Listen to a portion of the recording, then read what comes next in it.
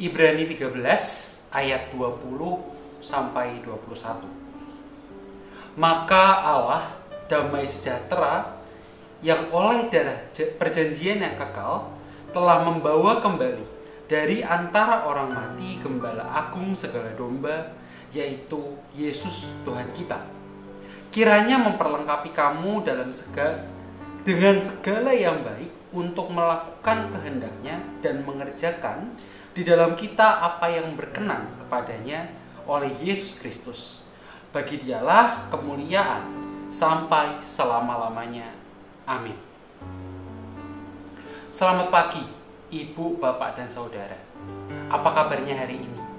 Saya berharap di hari yang baru, di pagi yang baru, di minggu yang baru ini, kita kembali dicerahkan, diberikan sukacita yang daripada Allah saja. Bapak, Ibu, dan Saudara, pernahkah Anda melihat beberapa film yang akan saya sebutkan ini? Misalnya Pearl Harbor atau Saving Private Ryan, atau mungkin yang lebih lawas lagi ada film Gladiator atau film 300 yang mengambil setting di abad pertengahan. Atau jangan-jangan Anda adalah salah satu penggemar dari film-film bernuansa perang, bernuansa ada dua pihak yang kemudian saling berkonflik. Ibu, Bapak, dan Saudara, bacaan kita hari ini mengarahkan kita bahwa sebagai manusia kita juga hidup di tengah-tengah konflik. Sebagai manusia kita hidup di tengah-tengah peperangan. Peperangan apa? Wah, Lukas ini sepertinya terlalu melebih-lebihkan. Tetapi coba kita lihat. Di dalam suatu peperangan, setiap film itu selalu memiliki dua paling tidak, yaitu tokoh protagonis, tokoh yang selalu dibaik-baikan, dan tokoh yang antagonis. Tokoh yang seringkali disebut sebagai yang pengacaunya lah, yang ingin menundukkan si protagonis dan sebagainya. Nah, Ibu, Bapak, dan Saudara, peperangan-peperangan yang seperti itu memang sering sekali kita lihat. Tentu di zaman yang dahulu. Namun, tahukah Anda jika peperangan itu juga terjadi di dalam diri kita sendiri? Peperangan itu juga terjadi di dalam diri kita, bukan dalam bentuk orang yang membawa senjata melawan orang yang membawa senjata, tidak. Tetapi peperangan melawan kedagingan kita. Iman dan percaya kita kepada Yesus melawan segala sesuatu yang berusaha untuk menjatuhkan iman kita tersebut.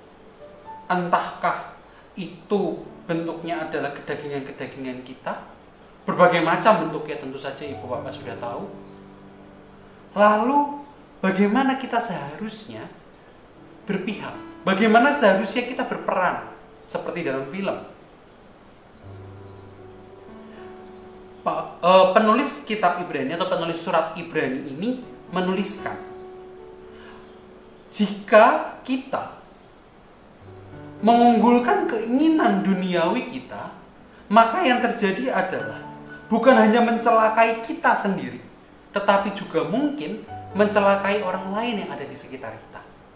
Mencelakai orang-orang yang ada dan yang seringkali menolong kita, yang seringkali membantu kita. Dan bahkan bisa jadi perbuatan kedagingan kita itu justru melukai Roh Kudus. Tentu kita tidak mau hal itu terjadi. Oleh karenanya penulis surat Ibrani mengingatkan kita satu hal, yaitu bersiaplah untuk berperang melawan kedagingan kita. Sama seperti bagaimana Yesus Tuhan kita itu sendiri berperang saat itu.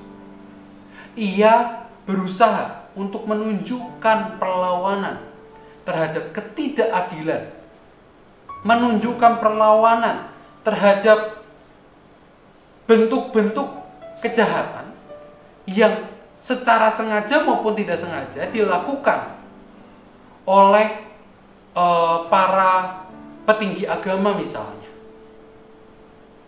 Ibu, bapak, dan saudara, tentu Yesus juga mengingatkan kepada kita satu hal, satu senjata yang harus kita pegang dalam kita melakukan peperangan tadi, peperangan kehidupan duniawi kita dengan peperangan melawan kehidupan jasmani kita tadi, yaitu adalah hidup yang terus berkenan kepada Allah, hidup yang terus bergantung dan hanya berharap kepada Dia.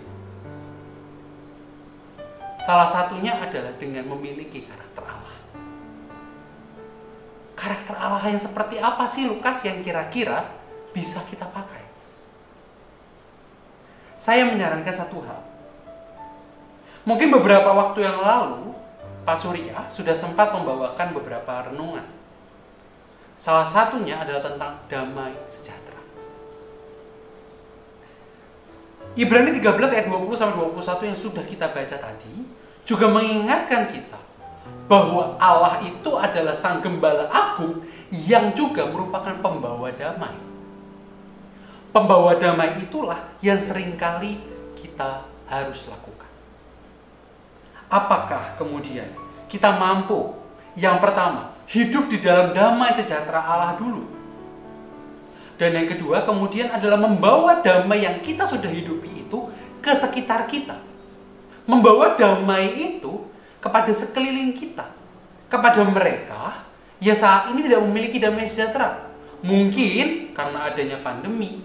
Mungkin karena adanya masalah keluarga di mereka. Mungkin karena ada masalah di sekitar mereka dan sebagainya. Sudahkah kita siap untuk menjadi agen-agen pembawa damai itu kepada sekeliling kita? Karya Sang Gembala Agung, karya pendamaian yang luar biasa itu yang seharusnya kita berikan kepada sekitar kita. Diperlengkapi dengan cinta kasih yang daripada Allah saja. Mari kita berharap dan kita melakukan karya pendamaian itu bagi sekitar kita selama hari ini dan selama kita hidup ke depan. Amin. Mari kita berdoa.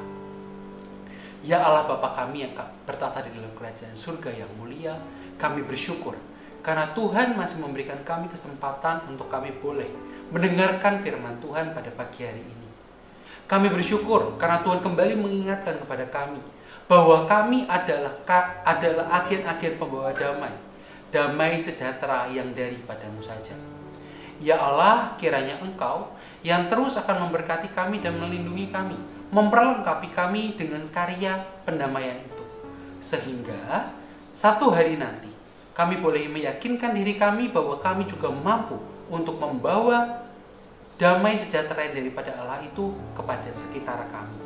Terima kasih ya Tuhan, hanya di dalam nama Tuhan Yesus, Tuhan dan Juru Selamat kami yang hidup, kami telah berdoa dan mengucap syukur. Amin. Selamat pagi, Ibu, Bapak, dan Saudara. Selamat menjadi agen-agen pendamaian yang selalu membawa damai Kristus bagi sekitar kita.